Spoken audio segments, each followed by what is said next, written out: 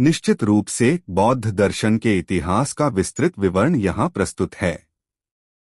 बौद्ध दर्शन, जिसकी उत्पत्ति लगभग 5वीं शताब्दी ईसा पूर्व में सिद्धार्थ गौतम बुद्ध की शिक्षाओं से हुई, केवल एक धर्म नहीं बल्कि एक गहन दार्शनिक और मनोवैज्ञानिक प्रणाली है। इसका मुख्य उद्देश्य दुखों के कारण को समझना और उनसे मुक्ति का मार्ग दिखाना है। इसका इतिहास कई चरणों में विकसित हुआ है। एक प्रारंभिक बौद्ध धर्म, लगभग 5वीं से 3वीं शताब्दी ईसा पूर्व। यह काल स्वयं महात्मा बुद्ध और उनके तत्काल शिष्यों की मूल शिक्षाओं पर केंद्रित है। इन शिक्षाओं को त्रिपिटक, सुत्त पिटक, विनय पिटक, अभिधम्म पिटक में संकलित किया गया है। इस दौर के दर्शन के मुख्य सिद्धांत निम्नलिखित हैं। चत्वारि आर्य सत्यानि, 4 आर्य सत्य यह बौद्ध दर्शन का आधार है। दुहक, संसार में दुहक है, जन्म, बुढ़ापा, बीमारी, मृत्यु आदि सब दुहक हैं। दुहक समुदय दुहक का कारण है, जो तृष्णा, इच्छा और आसक्ति है। दुहक निरोध, दुहक का अंत संभव है। दुहक निरोध गामिनी प्रतिपदा, दुहक निरोध का मार्ग है, जिसे अष्टांगिक मार्ग कहा जाता है। अष्टांगिक मार्ग, दी 8-fold पाथ, यह दुखों से मुक्ति पाने का व्यावहारिक मार्ग है, जिसमें समयक दृष्टि, समयक संकल्प, समयक वाक, समयक कर्मांत, समयक आजीव, समयक व्यायाम, समयक स्मृति और समयक समाधि शामिल हैं। प्रतीत्य समुत्पाद, डिपेंडेंट ओरिजिनेशन, यह कार्यकारण का सिद्धांत है। इसके अनुसार दुनिया में कोई भी घटना स्वतंत्र नहीं है, हर घटना किसी अन्य घटना पर निर्भर करती है। इसके होने से यह होता है। अनात्मवाद, नो सेल्फ और अनत्ता, बौद्ध दर्शन किसी स्थायी, अपरिवर्तनशील आत्मा के अस्तित्व को अस्वीकार करता है। जिसे हम मैं या आत्मा कहते हैं, वह केवल 5 स्कंधों, रूप, वेदना, संज्ञा, संस्कार, विज्ञान का एक अस्थायी संयोजन है। अनित्यवाद, इम्परमानेंस और अनिक्का, इस सिद्धांत के अनुसार संसार में सब कुछ क्षणिक और परिवर्तनशील है, कुछ भी स्थायी नहीं है। 2 विभिन्न निकायों, स्कूलों का उदय और हीनयान महायान विभाजन।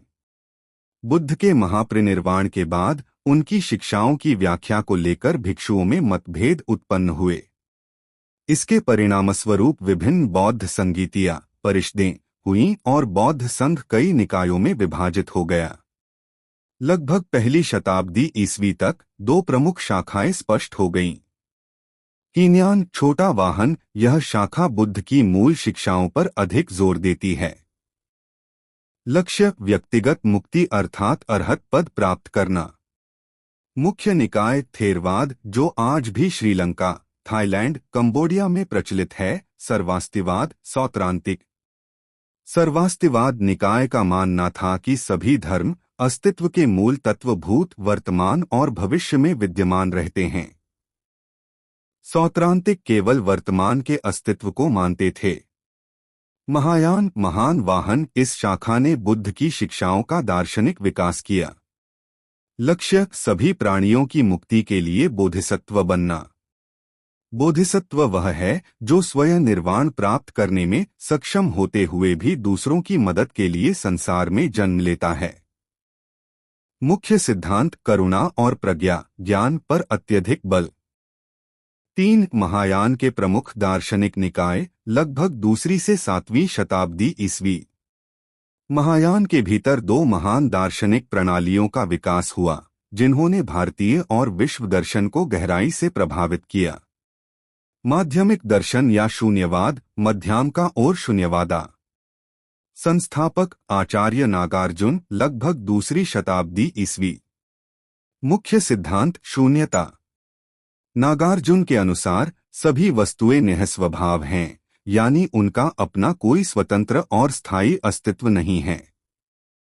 वे प्रतीत्य समुत्पाद के नियम से बंधी हैं। शून्यता का अर्थ अभाव नहीं, बल्कि स्वभाव रहित होना है। परम सत्य को तर्क और भाषा से नहीं समझा जा सकता, वह अस्तित्व और नास्तित्व दोनों से परे है। प्रमुख ग्रंथ मूलमध्यमक्कारिका, योगाचार दर्शन या विज्ञानवाद, योगाचरा और विजननवाड़ा।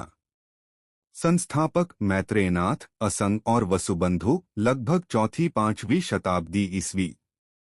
मुख्य सिद्धांत विज्ञप्ति मात्रता, अर्थात केवल चेतना, मन ही सत्य है। इस दर्शन के अनुसार जिसे हम बाहरी दुनिया समझते हैं वह वास्तव में हमारे मन या चेतना का ही प्रक्षेपण है। बाहरी वस्तुओं का कोई स्वतंत्र अस्तित्व नहीं है। यह दर्शन योग और ध्यान के अभ्यास पर जोर देता है ताकि यह अनुभव किया जा सके कि सब कुछ चित्तमात्र है। प्रमुख अवधारणा आल्य विज्ञान, स्टोर हाउस कॉन्शसनेस, जिसमें सभी कर्मों के बीज संग्रहित रहते हैं। 4 वज्रयान या तांत्रिक बौद्ध धर्म, लगभग 7वीं शताब्दी के बाद। यह महायान दर्शन का ही एक विकसित रूप है जो तिब्बत, भूटान, मंगोलिया और जापान के कुछ हिस्सों में फला फूला। इसे तीसरा वाहन भी कहा जाता है। विशेषता इसमें मंत्र, मंडल, मुद्रा और उन्नत ध्यान तकनीकों का प्रयोग किया जाता है ताकि इसी जीवन में शीघ्रता से बुद्धत्व प्राप्त किया जा सके। यह शून्यवाद और विज्ञानवाद के दार्शनिक आधार को स्वीकार करता है लेकिन साधना के लिए तांत्रिक विधियों को अपनाता है। 5 भारत में पतन और विदेश में प्रसार। लगभग 12वीं शताब्दी तक आते आते भारत में बौद्ध धर्म का पतन होने लगा।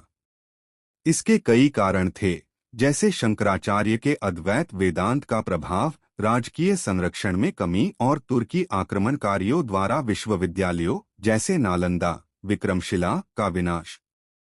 हालांकि भारत में पतन के बावजूद बौद्ध दर्शन एशिया के अन्य हिस्सों में फलता फूलता रहा।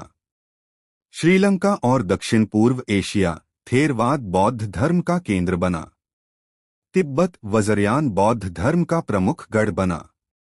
चीन, कोरिया, जापान महायान के विभिन्न रूप जैसे ज़ेन और चैन विकसित हुए।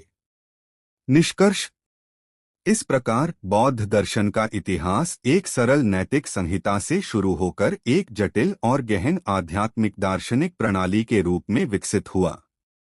इसने अनात्मवाद, क्षणभंगुरता, प्रतीत्य समुत्पाद और शून्यता जैसे मौलिक सिद्धांतों के माध्यम से वास्तविकता की प्रकृति और मानव अस्तित्व के दुखों पर गहन अंतर्दृष्टि प्रदान की, जो आज भी दुनिया भर के दार्शनिकों और विचारकों को प्रभावित करती है।